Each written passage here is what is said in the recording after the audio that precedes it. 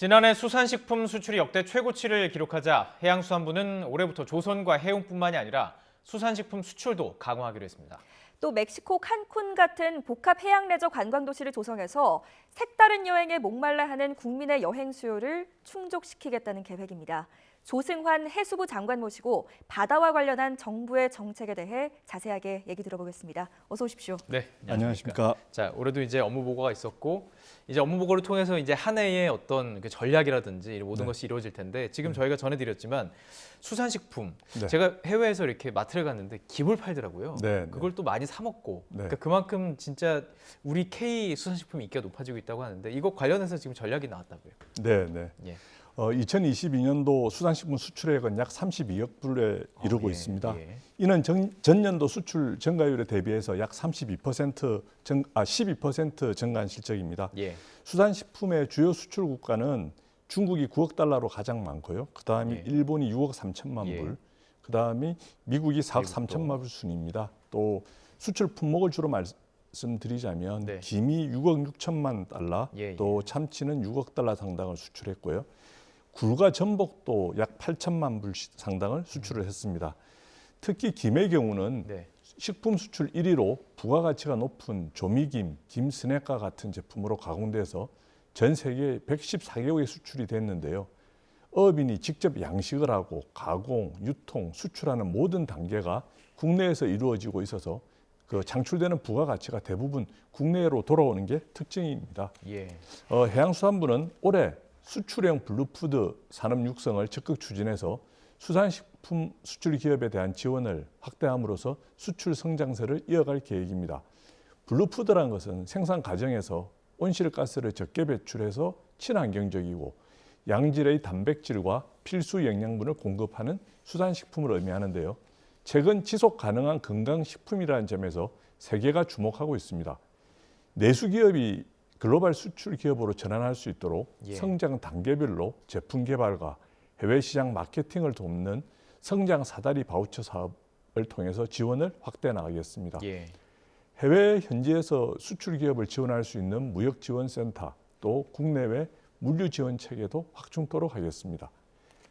해외 주요 온라인몰에 우리 수산식품 전용 판매관을 운영해서 수출 기업들이 입점할 수 있도록 돕고 또 우리 한류가 유명하지 않습니까? 한류와 연계해서 우리 마케팅을 강화해서 우리 수산식품의 인지도와 선호도를 높여가는 등 해외 시장 마케팅을 적극적으로 강화해 나가겠습니다. 정리를 해보니까 많네요. 김에다 뭐 전복, 뭐 굴, 우리 참 좋아하는 수산물이 참 많다는 것 좀 다시 한번 느낄 수 있었습니다. 네, 말씀을 들어보면 지원, 투자, 홍보 모든 것을 아끼지 않겠다라는 말씀으로 이해가 되는데 이 수출의 비중을 높이려면 공급도 그에 맞게 맞아야 되지 않겠습니까? 그렇습니다.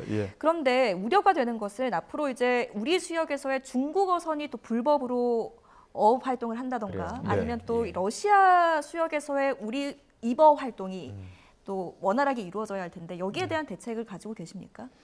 우선 그 중국적 불법 어업으로 인해 우리나라 어업인이 큰 손해를 입고 있어서 이에 대해서는 엄격하게 대응하고자 합니다. 해양수산부와 해경 등이 협력해서 무허가 조업 등 중대 위반 조업선에 대해서는 적각 납포하는 등 강력하게 단속하고 또 한중 간의 어업 협상 등을 통한 그 외교적 경로를 통해서 중국 정부가 불법 어업을 예방하기 위한 자구 노력을 취할 것을 강력히 촉구해 나갈 계획입니다. 다음으로 이제 러시아 수역에서 이보와 관련해서는 매년 그 한러 정부 간 어업위원회를 통해서 러시아 수역에서의 우리 어선 70여 척이 명태, 대구, 오징어 조업을 하는 쿼터와 이보 조건 등을 협의하고 있습니다. 지난해에 이어서 올해도 우리 어선들이 러시아 수역에서 안정적으로 조업할 수 있도록 정부 간에 긴밀히 협의해 나갈 계획입니다. 또 국민에게 명태 등 수산물을 국내에 안정적으로 공급할 수 있도록 최선을 다하도록 하겠습니다. 알겠습니다. 자, 이 부분도 상당히 관심인데요. 해운 산업 자체가 사실 우리가 굉장히 잘했던 부분이고 하지만 조금 힘들었던 게 사실이에요. 이 해운 산업에서도 좀 경쟁력을 강화해야 될 텐데 이것도 계획이 좀 있다고요. 그 국제 물류 산업의 글로벌 경쟁력을 강화하기 위해서는 서비스 분야 1위 산업인 해운 산업이 불황기에 이를 얼마나 잘 극복해내느냐 이게 가장 중요한 문제가 되겠습니다. 최근 해상 물류 환경은 팬데믹과 우크라이나 사태 등으로 촉발된 글로벌 공급망 재편에 따라서 또 급변하고 있고요. 예.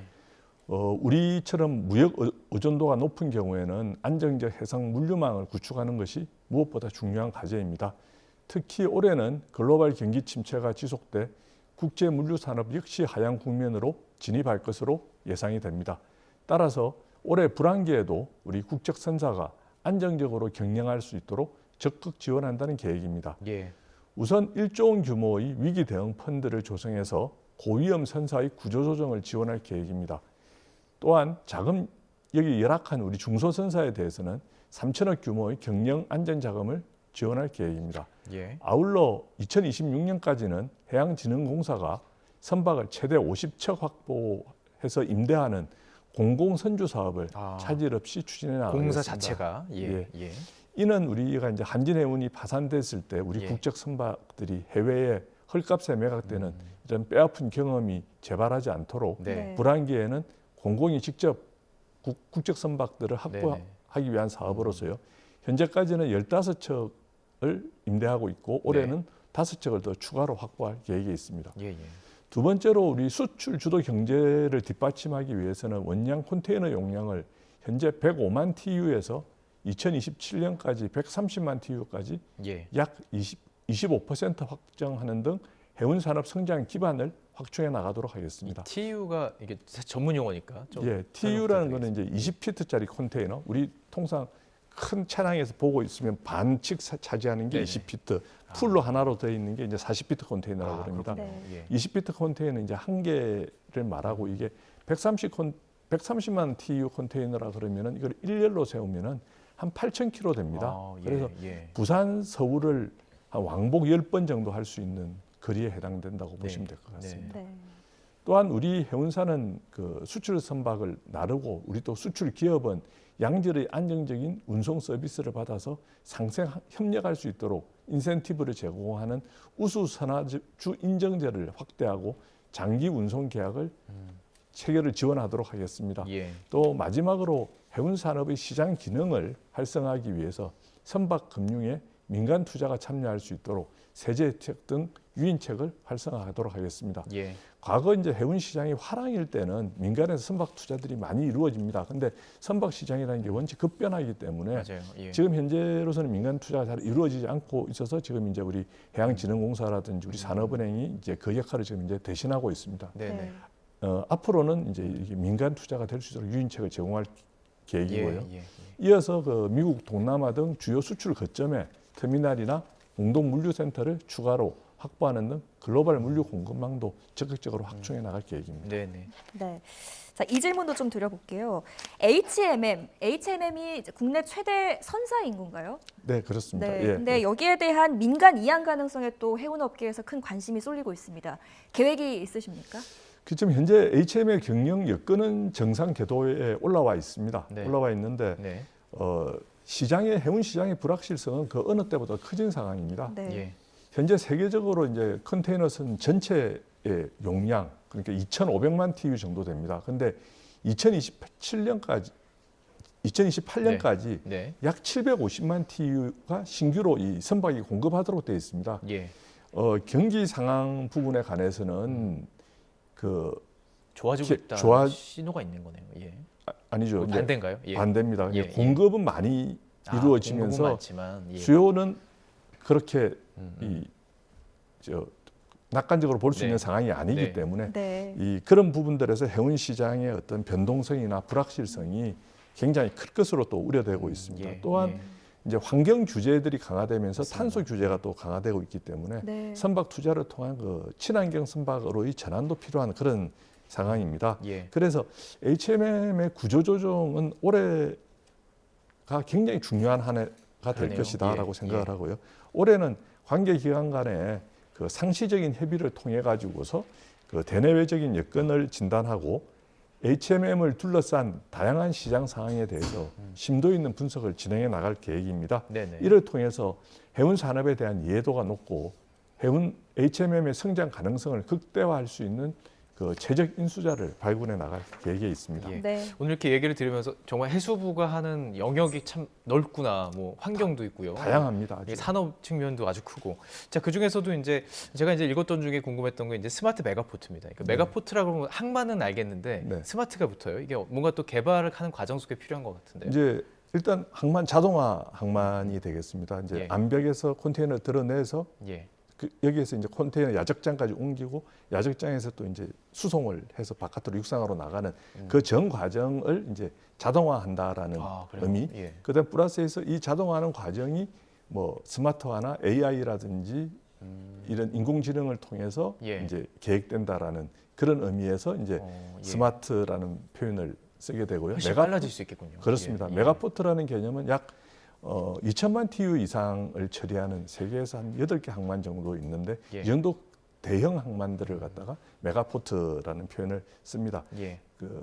이제 이를 통해 가지고서 이제 화물 처리 속도를 35% 정도 예. 제고하고 예. 또 삼국 간의 수출입 화물을 중개하는 환적 화물도 적극적으로 유치해 나갈 그럴 계획입니다. 예. 또한 그 인천항, 신항과 광명항에는 2026년까지 완전 자동화된 항만을 구축을 하겠습니다. 네네. 항만 배후 단지와 관련해서는 현재 그 항만 배후 단지에 민간 투자 1조 4천억 원을 유치하고 이를 예. 복합 산업 공간으로 조성해서 예. 2030년까지 여의도 면적의 예. 11배까지 확대 공급하도록 하겠습니다. 네네. 네. 특히 그 로봇이나 인공지능 기술을 활용해서 효율성을 높이는 스마트 공정 물류 센터를 건립하고 예. 또 우리 항만 배후 단지의 허용 업종 등을 과감히 규제 개선을 해가지고서 네네. 글로벌 기업과 유통 기업도 유치하도록 그렇게 하겠습니다. 네. 네. 예. 자, 앞서 해수부에서 다루고 있는 분야가 굉장히 넓다라고는 말씀을 드렸는데 네. 범위를 더 넓혀서 남극과 북극 전반을 또 아우르는 계획을 가지고 계신다고 들었습니다. 네. 어떤 계획 가지고 계세요? 이제 먼저 북극은 해빙이 녹으면서 그 북극 항로가 활성화가 될 가능성이 굉장히 높아지고 있습니다. 북극 항로는 일단 부산에서 로테르담까지 수송 거리를 32% 줄여주고요. 네. 운항 일수도 10일 정도 줄일 수가 있습니다. 예. 또한 이 유럽을 가는 항로에서 그 대부분 수에즈 운하를 지나게 됩니다. 근데 네. 이 수에즈 운하가 뭐 여러 가지 이유로 막힐 수 있는 가능성이 높기 때문에 네. 이런 부분들에 대한 대체 항로로서도 준비할 필요가 있습니다. 그 북극해는 해빙과 혹한 환경 때문에 일반 해양과는 다른 그 특화된 운항 인력과 기술이 필요합니다. 이를 위해서 그 교육훈련 전문 인력을 양성을 해 나가고요. 그 컨테이너 운송이 가능한 네. 그 친환경 세빙 컨테이너선 등 핵심 기술도 개발해 나가도록 하겠습니다. 예. 우리나라 선사들이 북극 항로를 통해서 수출입 화물을 안전하게 수송할 수 있는 예. 기반을 마련할 수 있을 것으로 기대를 합니다. 예. 네. 또 남극 기지와 관련돼서는 현재 남극 내륙에는 미국, 러시아 등 선진국이 5개 기지를 운영을 하고 있습니다. 우리나라는 처음으로 예. 6번째 세계 예. 6번째 내륙 기지를 건설할 계획으로 있습니다. 예. 이를 바탕으로 해서 내륙 기지에서 주로 연구하게 될 100만 년 전의 공기가 그대로 담겨 있는 예. 3,000m 깊이의 신부 빙하 인근의 최적 연구 기지 후보지를 2027년까지 선정하고 2030년까지 우리나라 첫 남극 내륙 기지를 완공할 계획에 있습니다. 네. 예, 알겠습니다. 정말 해수부 얘기를 들어봤습니다. 그러니까 보통 이렇게 시민들이 딱 캐치하기는 참 어려운 분야지만 향후 10년, 20년을 바라볼 때는 뭐 물론 당장 5년도 중요하겠지만 상당히 많은 의미가 있는 그런 업무들일 것으로 기대를 해보겠습니다. 또 계속 진행되는 과정에서 또 저희 또 출연해 주셔서 설명해 주시면 또 감사하겠습니다. 네, 오늘 말씀 여기까지 듣도록 하겠습니다. 네, 감사합니다. 네, 잘 들었습니다. 조승환 네. 해양수산부 장관님과 함께 올해 업무 계획 자세히 들어봤습니다. 고맙습니다. 감사합니다.